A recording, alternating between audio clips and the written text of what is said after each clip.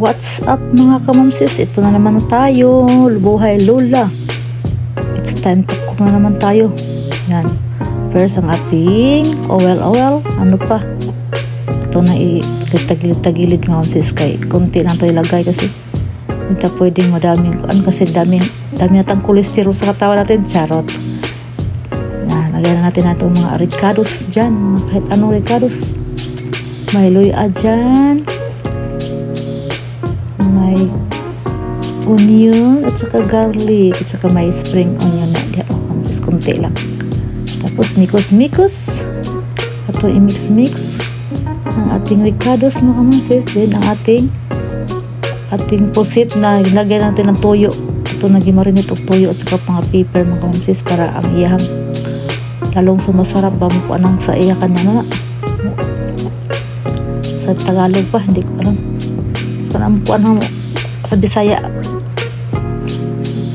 parang sarap sa iyang kuan sa nukos pusit mo sa Tagalog di ba? Tapos suka walang ni pwede yung adobo na walang suka di ba? Then mikos na naman mix mga kamamsis ang ating pusit nagkuwas pusit oy tagas karon mamaya wa na mumubo na naman kamamsis lumiit na yan. Ating pusit seafoods tayo ngayon. Takpan muna natin para maluto mga kamamsis ang ating pusit nukos mas Bisaya mga kamamsis. And then after pila ka minuto again na naman mix na naman tapos maglagay tayo ng kahit ano na naman ang ilalagay natin yan mga powder may paprika dyan, may white powder saka onion powder. Lagyan din natin yan mga kamamsis at sa ating Ajinomoto.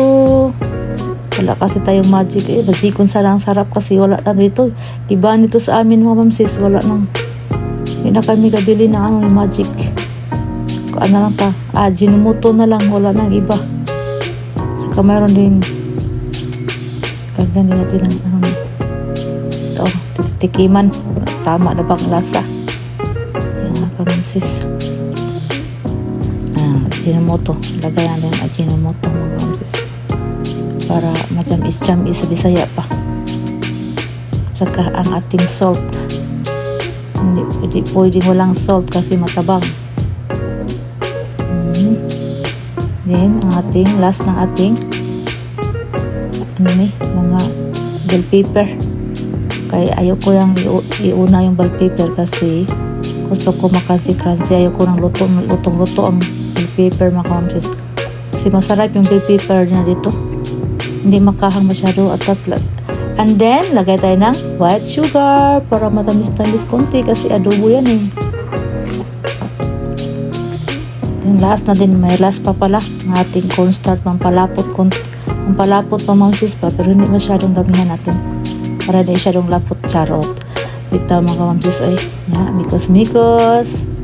Tapos luto na yan. Ano ba? Nagali naman maluto yan. Para